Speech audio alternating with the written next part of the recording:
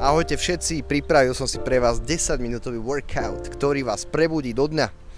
Takže ak sa cítiš zle, bolí ťa niečo, kríže, máš stiahnuté zadné stehná, vnútorné stehná, ideme na to, krásnych 10 minút ranné rozcvičky. Je to určené aj pre začiatočníkov, ale aj pre pokročilých, pretože kolá sa robia na čas 1 minútu, takže ak si blázen a si nabušený, nabušená, tak za tú minútu toho stihneš viac. Ak si začiatočník a máš problém s precítením tých vecí alebo s technikou, tak máš minútu na to, aby ste sa sústredili na to.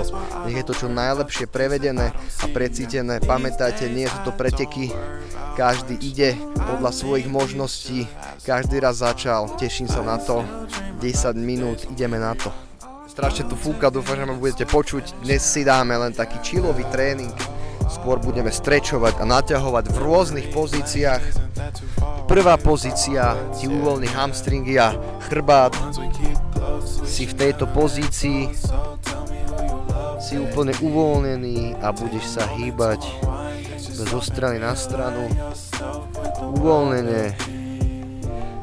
Nerieš ani pozíciu chrbtice, ani nôh. 4 sekundy začíname, minútu pracuješ, poď.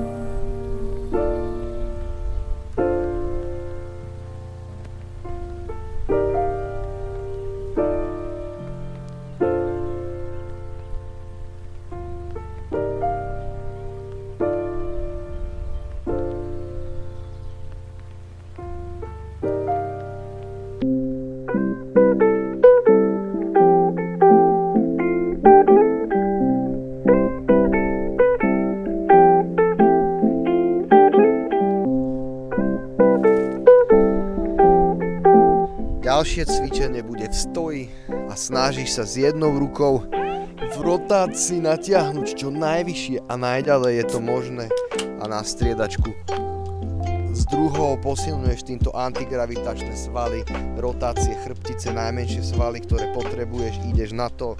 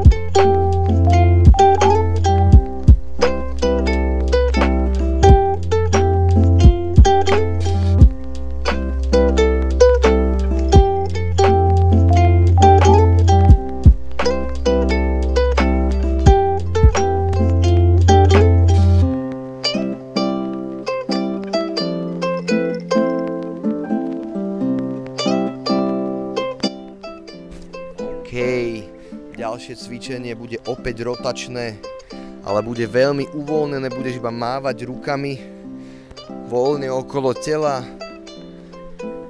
O 5 sekúnd začínaš.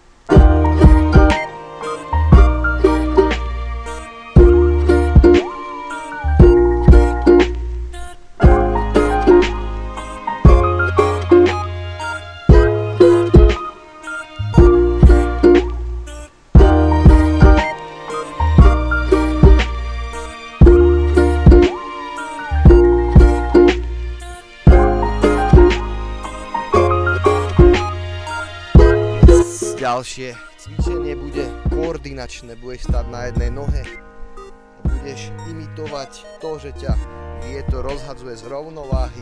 Práve to, že stratíš rovnováhu a musí sa vrátiť naspäť do pôvodnej pozície, je tréning, koordinácia rovnováhy, ideš na to, ľavá noha, minúta.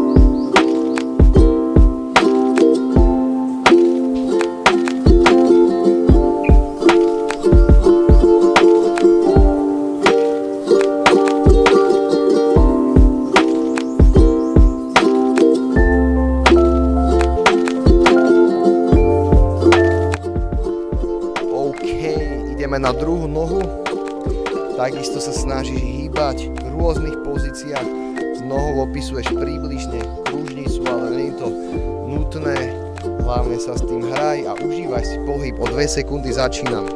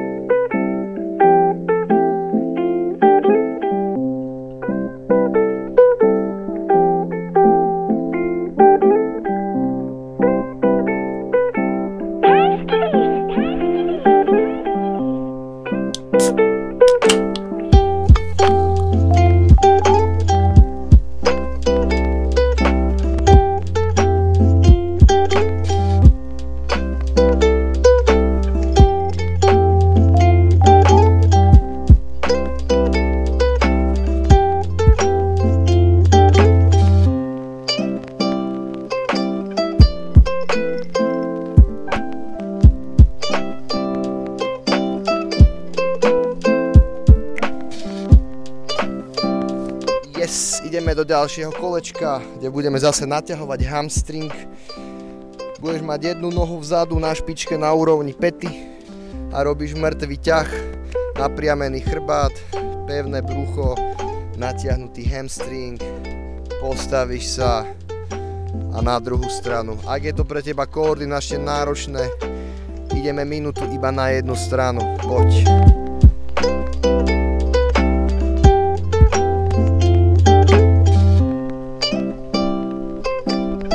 Cítiť stretch na zadnej strane stehna.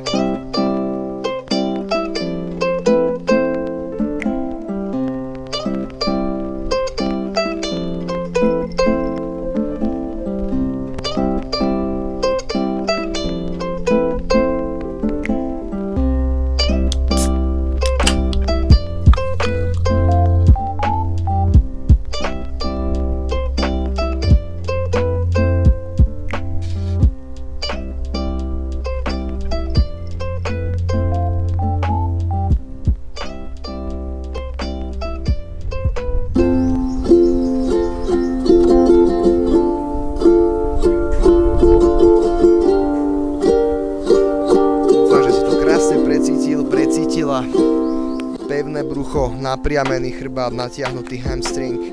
Ideme na druhú stranu. Je to veľmi easy cvičenie. Ak máš problém udržať vystretý chrbát, vôbec to nerieš, snaž sa ho napriamovať. Takisto aj na bicykli si nevedel hneď jazdiť na šupu, takže ideme na to.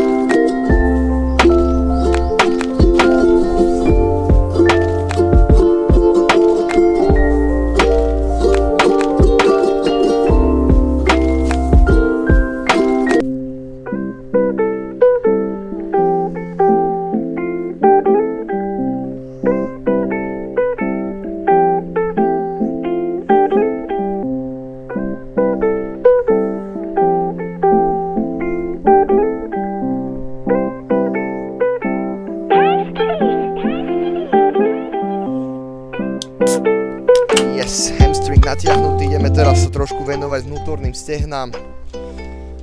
Takže si v širokom postoji a ideš na stranu. Na druhej nohe zdvihneš špičku, vrátiš sa do vystretého postoja, navážiš sa na koleno, naťahuješ zadné stehno vnútorné a ideš na to.